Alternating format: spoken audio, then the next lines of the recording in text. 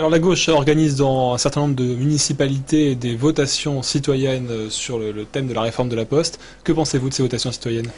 Bah, c'est problématique parce que moi je vois pas d'inconvénient majeur à ce que les électeurs du Front National se déplacent pour exprimer leur soutien à la Poste. Mais très honnêtement, ces votations, elles n'ont aucune valeur légale.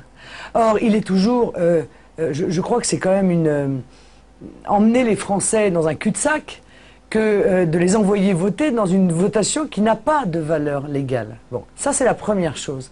Il y a pourtant moyen de donner une valeur légale à cette grande question de l'aménagement du territoire et de la protection des services publics, c'est de faire un grand référendum national.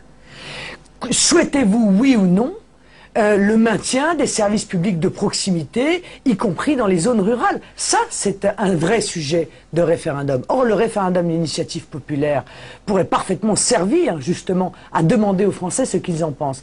Mais comme nos gouvernants savent que les Français sont contre cette désertification, contre cette casse des services publics, croyez bien qu'on préfère les envoyer vers une votation qui ne sert pas à grand-chose plutôt que vers un grand référendum qui, lui, évidemment, aurait un pouvoir politique majeur. Ça, c'est ma première réflexion. Ma deuxième réflexion, c'est que je suis surtout étonné de la personnalité de ceux qui organisent cette votation. Parce qu'elle est organisée par le PS, elle est organisée par le PC, elle est organisée par la gauche, dont je vous signale tout de même qu'ils sont en partie les responsables de la casse du service public.